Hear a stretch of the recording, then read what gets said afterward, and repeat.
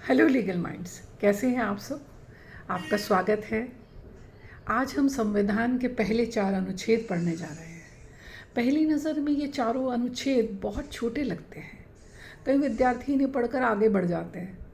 उन्हें लगता है कि इसमें तो सिर्फ राज्यों और सीमाओं के बारे में बातचीत की गई है। लेकिन मैं आपसे एक प्रश्न पूछना चाहती हूँ।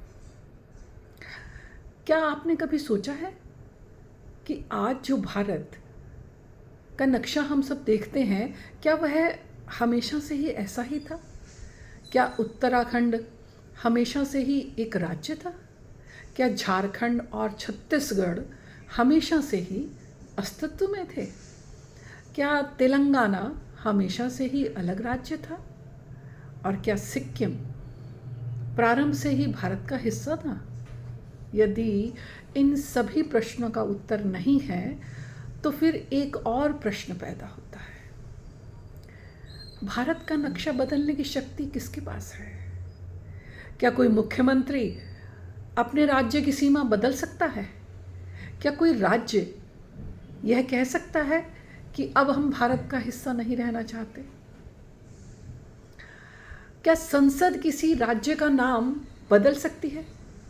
इन सभी प्रश्नों के उत्तर हमें संविधान के आर्टिकल 1, 2, 3 और 4 में मिलते हैं।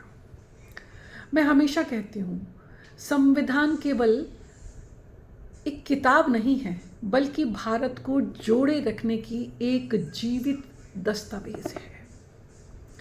आर्टिकल 1 हमें बताता है भारत क्या है। आर्टिकल 2 हमें बताता है भारत में कोई नया राज्य कैसे शामिल हो सकता है। और आर्टिकल 3 हमें यह शक्ति दिखाता है कि समय और आवश्यकता के अनुसार राज्यों की सीमाएं और नाम स्वरूप बदले जा सकते हैं। और आर्टिकल 4 यह सुनिश्चित करता है कि ये परिवर्तन केवल कागज पर न रहें, बल्कि विधिक रूप से लागू हो जाए।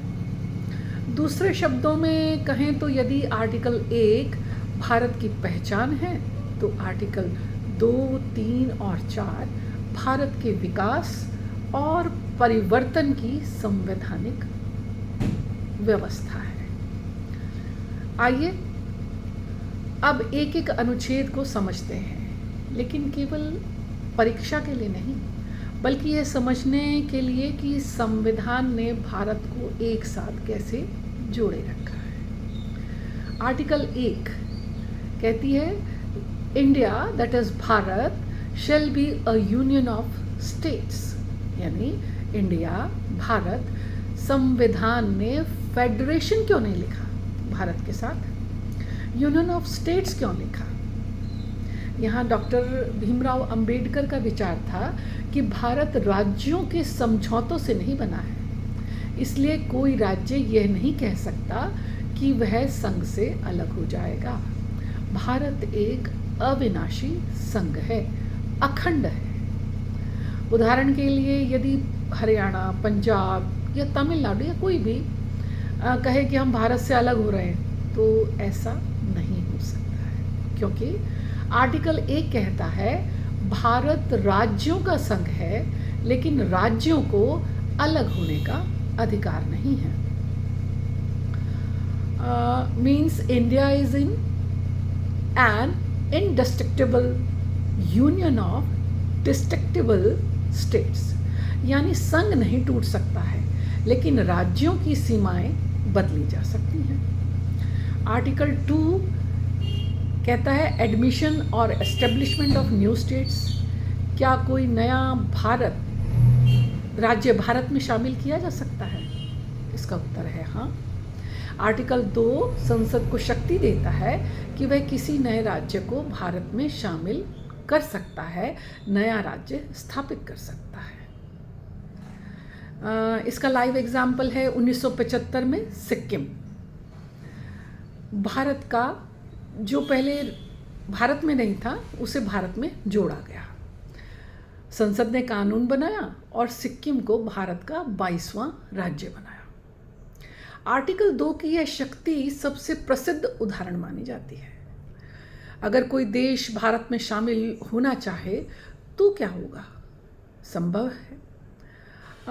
संवैधानिक रूप से संसद आर्टिकल 2 के अंतर्गत व्यवस्था कर सकती है। हालांकि यह केवल सैद्धांतिक उदाहरण है। आर्टिकल 3 में कहा गया है कि the most powerful article 3 India's map changer. यह संसद को शक्ति देती है कि वह नए राज्य बनाए, किसी राज्य की क्षेत्र बढ़ाए, क्षेत्र घटाए, सीमा बदले, नाम बदले।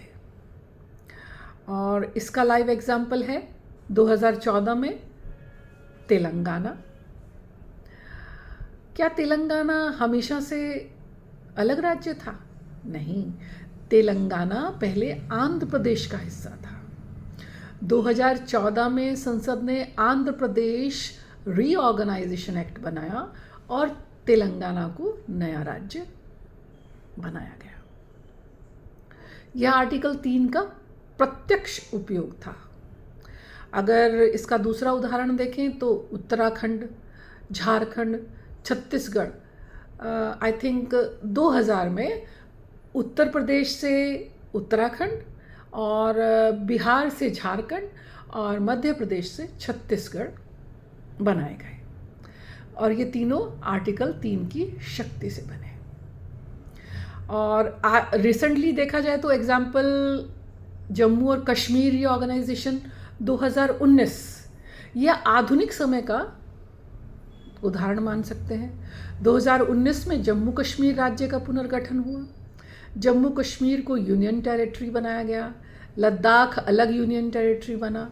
यह भी आर्टिकल 3 की शक्ति के प्रयोग का महत्वपूर्ण उदाहरण माना जा सकता है। और स्टेट रीनेमिंग अगर समझी जाए तो क्या संसद किसी राज्य का नाम बदल सकती है? हाँ, इसका उदाहरण है मद्रास, जिसे तमिलनाडु, और मैसूर कर्नाटक, उड़ीसा को ओडिशा। ये आर्टिकल 3 के अंतर्गत बदले गए। आमतौर पर क्लास में बच्चे पूछते हैं क्या बदलाव के लिए राज्य विधानसभा की अनुमति जरूरी है? तो नहीं, राज्य विधानसभाओं से केवल सुझाव मांगे जाते हैं, उनके मत मांगे जाते हैं, उनकी सहमति बाध्यकारी नहीं होती है। अंतिम निर्णय संसद का होता है। आर्टिकल 4 जो है उसे मैं हिडन हीरो मानती हूँ। मैं हमेशा स्टूडेंट से बोलती हूँ कि आर्टिकल 3 अगर हीरो है तो आर्टिकल 4 उसका मैनेजर है। जब नया राज्य बनता है तो संविधान की फर्स्ट शेड्यूल, फोर्थ शेड्यूल में बदलाव किया जाता है, क्योंकि उसी में सबकी सूची दी गई है, सभी राज्यों की। और आर्टिकल 4 कहता है कि संसद यह सब साधारण कानून से कर सकती है। इसके लिए आर्टिकल 360 वाला कॉन्स्टिट्यूशनल अमेंडमेंट की आवश्यकता नहीं होती है। इसका एग्जाम्पल है जब तेलंगाना बना तो फर्स्ट शेड्यूल बदली, राज्यों की सूची बदली, संसद में सीटों का बंटवारा बदला गया। ये सब आर्टिकल 4 के कारण संभव हो पाया। अगर इसे हम एक उसमें समझें कि आर्टिकल 1 जो है वो भारत को यूनियन ऑफ स्टेट्स दिखाती है। आर्टिकल 2 नया राज्य भारत में शामिल करने की शक्ति देता है। आर्टिकल 3 राज्य बनाना, क्षेत्र बढ़ाना, क्षेत्र घटाना, सीमा बदलना, नाम बदलना, ये आर्टिकल 3 में है। और आर्टिकल 4 इन परिवर्तनों को लागू करना, यानी इन्हें फर्स्ट शेड्यूल और फोर्थ शेड्यूल में जोड़ना। तो आर्टिकल 1 भारत राज्यों का संघ है। आर्टिकल 2 नए राज्य को भारत में शामिल करने की शक्ति।